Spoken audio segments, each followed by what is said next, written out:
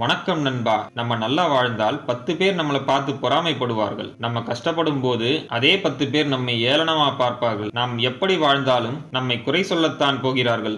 எனவே அடுத்தவன் பேசுவதை கண்டுகொள்ளாமல் அடுத்து என்ன செய்வது என்பதில் கவனம் வைத்தால் வாழ்க்கையில் முன்னேறலாம். நல்லவற்றை கூட்டிக்கொள், தீயவற்றை கழித்துக்கொள், அறிவை பெருக்கிக்கொள், நேரத்தை வகுத்துக்கொள், வெற்றி தோல்விகளை சமமாக எடுத்துக்கொள். வாழ்க்கை இனிமையாக மாறும். கண்ணாடி நம் முகத்தில் அழுக்கை காட்டினால் கண்ணாடியை உடைக்க மாட்டோம், மாறாக முகத்தை சுத்தம் செய்வோம். அதேபோல் நம் குறையை சுட்டிக்காட்டும் மனிதர்கள் மீது கோபப்படக்கூடாது. நம் குறைகளை உணர்ந்து அதை சரி செய்ய முயற்சி செய்ய வேண்டும். நீங்கள் தூங்கி எழும் ஒவ்வொரு நாளும் புதிதாய் பிறந்ததாய் நினைத்துக் கொள்ளுங்கள். ஒவ்வொரு நிமிடங்களும் இறைவன் உங்களுக்கு தந்த பரிசு. அதை உணர்ந்து செயலாற்றினால் உங்கள் வாழ்க்கை மகிழ்ச்சி நிறைந்ததாக மாறும். தொலைந்து போன நாட்களை எண்ணி வருந்திக் கொண்டு இருப்பதை விட இருக்கும் நாட்களை உபயோகமாக எப்படி மாற்றுவது என்று சிந்திக்கத் தொடங்குங்கள். இனி வரவிருப்பதை முழுமையாக பெற்றுக்கொள்ளலாம். விளக்கின் அடியில் படர்ந்திருக்கும் இருள் யாருக்கும் தெரிவதில்லை. அதுபோல்தான் சிரிப்பின் பின்னால் சிதறிக் கிடக்கும் சோகம் யாருக்கும் தெரியாமல் போகிறது. தொலைபேசியிலும் தொலைக்காட்சியிலும் தொலைந்து போகும் நேரத்தை குடும்பத்தோடு செலவிட்டால் ஒவ்வொரு வீடும் சொர்க்கமாகும். தேனை வேண்டுமானால் தேனீக்கள் சேர்த்து வைத்ததை எடுக்கலாம், ஆனால் தேனை உருவாக்கும் தேனீயின் திறமையை திருட முடியாது. இப்படித்தான் தனித்துவ திறமைகளும். வாழ்க்கை மிகவும் அழகானது. ஒவ்வொரு நாளும், ஒவ்வொரு மணி நேரமும், ஏன் ஒவ்வொரு நிமிடமும் கடந்து சென்றால் மீண்டும் வராது. அதனால் பிரச்சனைகளை மறந்து மகிழ்ச்சியாக வாழ பழகிக் கொள்ளுங்கள். இருக்கும் வாழ்க்கை நிம்மதியாக மாறும். உன்னை நம்பியவர்களுக்கு உயிராயிரு, நம்பாதவர்களுக்கு உதாரணமாயிரு போதும். கண்ணாடிதான் எனது சிறந்த நண்பன், ஏனெனில் நான் அழும்போது அது ஒருபோதும் சிரிப்பதில்லை. உண்மையில்லாத உறவுகளுடன் நாம் ஒட்டி இருப்பதை விட ஒதுங்கி இருப்பதே நல்லது. நிம்மதியான வாழ்க்கை என்பது ஓடி ஓடி சம்பாதித்து ஆடம்பர வாழ்க்கை வாழ்வது இல்லை. இருப்பதை வைத்து நோய் நொடி இல்லாமல் வாழ்வதுதான். வாழ்க்கை குறுகியது, நேரம் வேகமாக ஓடுகிறது. போன நேரம் மீண்டும் வரப்போவதில்லை.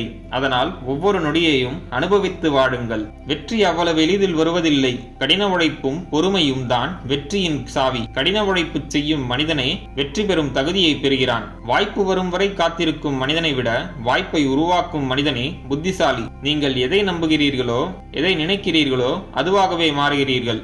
அற்புதமான ஒன்று நடக்கப் போகிறது என்று நம்புங்கள். சிறப்பான வாழ்க்கை உண்டாகும். உங்களுக்கு மற்றவர்கள் என்ன செய்தால் பிடிக்காதோ அதை நீங்களும் மற்றவர்களுக்கு செய்யாதீர்கள். முடிந்தவரை மற்றவர்களுக்கு நல்லது செய்யுங்கள். அதுவே உங்களுக்கு மன நிம்மதியை தரும். பணிவு என்பது நாம் தாழ்மையுடன் இருப்பது. அது தாழ்வு இல்லை, நமக்கான உயர்ந்த குணம். உங்கள் வாழ்க்கை தற்செயலாக சிறப்பாக மாறுவது இல்லை. உங்களை நீங்கள் மாற்றுவதால் மட்டும்தான் அது சிறப்பாக மாறுகிறது. இருப்பதை வைத்து வாழ பழகிக் கொண்டவர்கள் இல்லாத போதும் வாழ பழகிக் கொள்கிறார்கள். இல்லாத ஒன்றை எண்ணி வாழ்க்கையில் இருக்கும் பொன்னான நேரத்தை கழிப்பதை விட இருப்பதை வைத்து சிறப்பாக வாழ நினைப்பதே மனதின் உயரிய பக்குவம். வாழ்க்கையை விதி என்று வாழும் மனிதர்கள் வாழ்க்கையில் தோற்கிறார்கள். வாழ்க்கையை விருப்பத்தோடு வாழும் மனிதர்கள் தங்கள் வாழ்க்கையை தாங்களே உருவாக்குகிறார்கள், வெற்றி பெறுகிறார்கள். உலகில் தானாக முன்னேறியவர்கள் என்று யாரும் இல்லை. நீ உழைக்க தயாராக இருந்தால் சிலர் உனக்கு உதவ தயாராக இருப்பார்கள். உழைப்பு இல்லாமல் முன்னேற்றம் இல்லை. உன் எல்லை எதுவென்று உன் மனதுக்கு தெரியும் போது அடுத்தவர்களின் விமர்சனங்களை பற்றிய கவலை உனக்கெதற்கு? ஆசைப்படுவதற்கு தகுதி தேவையில்லை.